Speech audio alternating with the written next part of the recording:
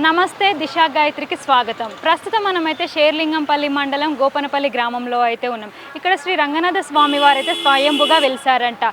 ఈ ఆలయానికి 800 ఏళ్ల నాటి చరిత్ర అయితే ఉందంట. మరి లోపలికి వెళ్ళైతే ఆ చరిత్ర ఏంటో మనమైతే తెలుసుకుందాము.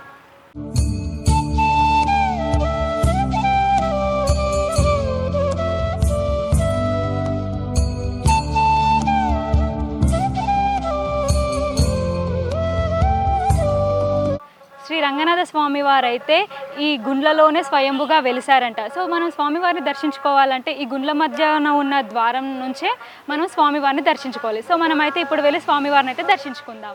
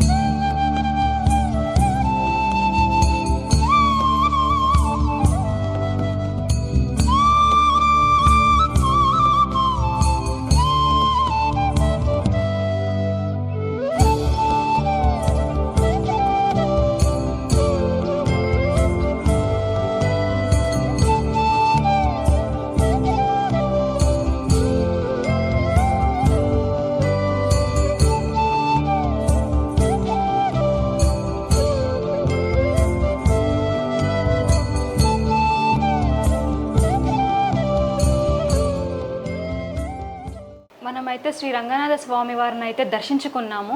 సో ఈ ఆలయ అర్చకులైన అజయ్ స్వామి గారు అయితే మనతో ఉన్నారు. సో వారితో ఒకసారి అయితే మాట్లాడదాము. నమస్తే అండి. చెప్పండి, అసలు 800 ఏళ్ల నాటి చరిత్ర కలిగిన ఆలయం అని అంటున్నారు. సో ఈ ఆలయం యొక్క విశిష్టత చెప్పండి. ఇది స్వామివారు స్వయంభూ దేవాలయం అమ్మా. ఇది పూర్వము మనకి చుట్టుముట్టు గ్రామాలన్నీ కూడా చెరువు అనే గ్రామం. ఏదైతే మనకి ఇప్పుడు ప్రజెంట్ రామచంద్రాపురం అనే గ్రామం ఉంది కదా, దాని సరౌండింగ్ అన్ని ఊళ్ళు కూడా చెరువు అనే గ్రామం చుట్టుముట్టు ఉండేటివి. నల్లగండ్లని గండ్లు అనేవారు, షేరిలింగంపల్లిని షేరి అనేవారు.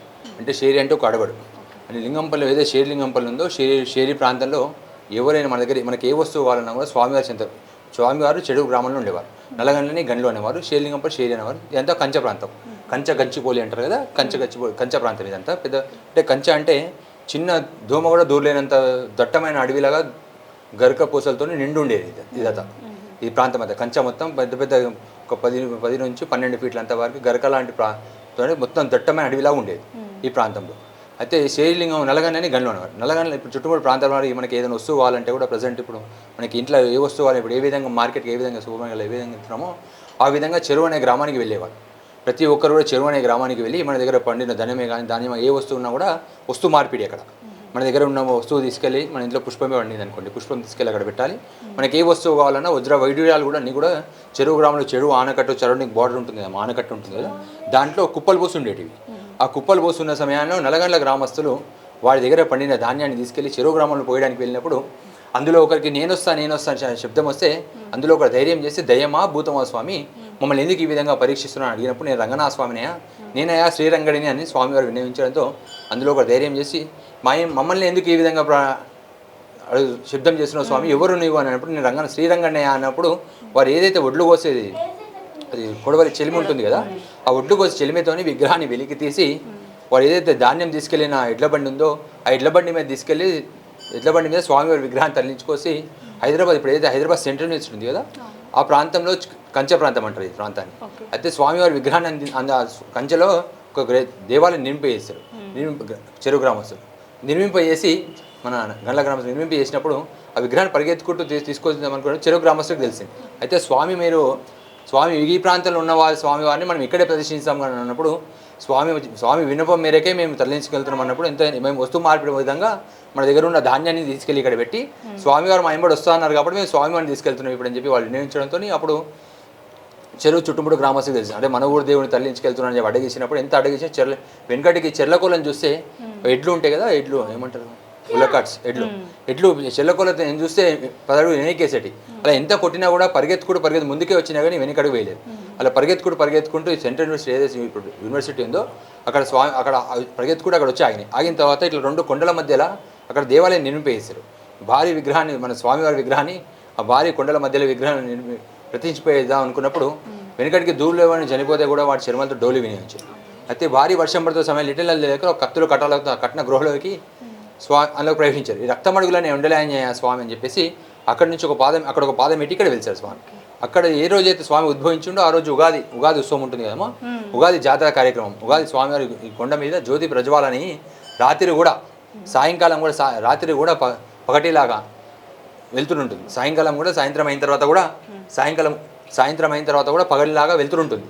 భారీ వెళ్తుంది. ఎందుకంటమ్మా ఆశ్చర్యం, చుట్టుముట్టు వాళ్ళందరూ కూడా ఇప్పుడు వెనకటికి అందరు పటేల్ పట్వారు వ్యవస్థ ఉండే వాళ్ళందరికీ కూడా స్వప్నంలో రావడం, స్వామివారు ఇలా ఈ విధంగా నేను ఇక్కడ ఉన్నా స్వామి వినియోగించే స్వప్నంలో రావడం, సింగరయ్య పంతులు అని మా 8వ పిడి మా పెనుముత్తాతల తాతయ్య వారు వారికి స్వప్నంలో రావడం.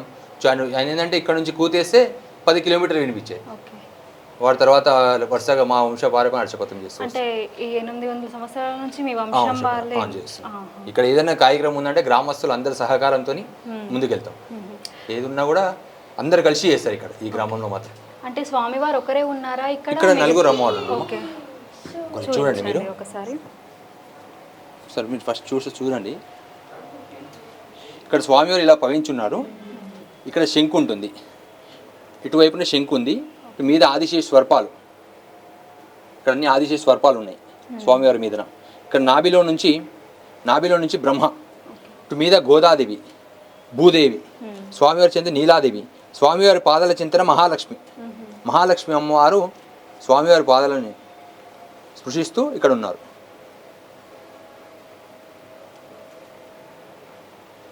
ఇక్కడ వైకుంఠ ద్వారం ఉందమ్మా. కింద సప్త ఏనుగులు మీదనేమో దశావతార విగ్రహాలు ఉన్నాయి స్వామివారి చంద్ర మీద. ఇక్కడనేమో ఆల్వార్లు 12 మంది ఆల్వార్లు ఉన్నారు మన చంద్రుడు. బ్రహ్మ వెలిసినప్పుడు ఈ గుండి ఏదైతే కొండ ఉందో ఈ కొండ మీద జ్యోతి ప్రజ్వాలనై ఉగాది రోజు ఆ జ్యోతి ప్రజ్వాలనై రాత్రి కూడా సాయంకాల సమయాల్లో కూడా పగటిలాగా వెళ్తుంది. ఏంది అని చుట్టుముట్టు గ్రామాల వాళ్ళందరికీ తెలిసి ఆ రోజు స్వామివారు ఉగాది రోజు వెలిసినందుకు ఉగాది రోజు ఉత్సవం ఉంటుంది ఇక్కడ. అంటే మనం వచ్చిన దేవాలయమైనా అనిపిస్తుంది. సుమారు చుట్టుముట్టు గ్రామాలందరూ కూడా తప్పకుండా దగ్గర 1,00,000 నుంచి 2,00,000 జనాలు వస్తారు. చాలా బ్రహ్మాండంగా ఉంటుంది. ఉగాది ఉత్సవం, వైకుంఠ ఉత్సవం చాలా బాగా నిర్వహిస్తారు. అంటే ప్రతి ఉగాదికి ఇక్కడ జాతర ఉంటుంది. స్వామివారి పల్లకి సేవ ఉంటుంది. అంటే ప్రత్యేక పూజలు ఏమైనా ఉన్నాయా? ప్రత్యేక పూజలు రోజు ఉదయం 5:30 నుంచి స్వామివారి అభిషేకం ఉంటుందమ్మా. అభిషేకానంతరం స్వామివారి మహాఆరతి 6:30కి 5:30 నుంచి 6:30 మధ్యలో 6:30కి మహాఆరతి అవుతుంది. 8:30 గంటలు స్వామి నివేదన ఉంటుంది. నైవేద్యం మధ్యాహ్నం 12 గంటలకు మహానైవేద్యం, మహాభోగం, తీర్థప్రసాద గోష్ఠి ఉంటుంది. సాయంకాలం మళ్ళీ 5:30 సమయానికి దేవాలయం తెరుస్తాం. మళ్ళీ తెరిచిన తర్వాత సాయంకాలం 6:30కి దీపోత్సవం, తర్వాత స్వామి విష్ణు సహస్రనామ పారాయణం ఉంటుంది రోజు కూడా. అంటే ప్రతిరోజు పూజలు ప్రతిరోజు ఉంటాయి, నిత్యం పూజలు ఉంటాయి. అంటే ఇక్కడ కోరికలు కోరుకుంటారు.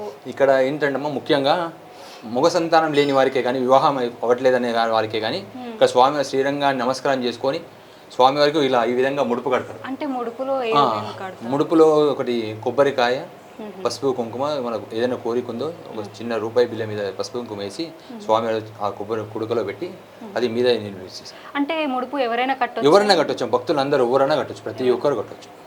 ఇక్కడ ఏంటంటే స్వామివారి శ్రీరంగడు స్వయాన వింటుంటారు. ఇక్కడ ప్రత్యేకత ఏంటంటే మీరు ఏదైనా కోరుకోండి, స్వయాన స్వామి ఇక్కడ వింటారు. మనం మామూలుగా రేపు వద్దాంలే అనుకుంటే కుదరదు. ఈరోజు మనం వచ్చిన రోజు మాత్రం ఏదైనా మనస్ఫూర్తిగా అనుకోండి, తప్పకుండా నెరవేరుతుంది ఇక్కడ. ఓకే, స్వయంభుగా వెలిసిన శ్రీ రంగనాథ స్వామి గారి గురించి చెప్పినందుకు ధన్యవాదాలు. 800 ఏళ్ల నాటి చరిత్ర కలిగిన స్వయంభుగా వెలిసిన శ్రీ రంగనాథ స్వామి వారిని అయితే మనం దర్శించుకున్నాము. అలాగే స్వామివారి యొక్క విశిష్టతను, ప్రత్యేకతను కూడా మనం తెలుసుకున్నాము. ఇక్కడ మనం ఏదైనా కోరిక కోరుకుంటే స్వామివారు స్వయంగా వింటారంట.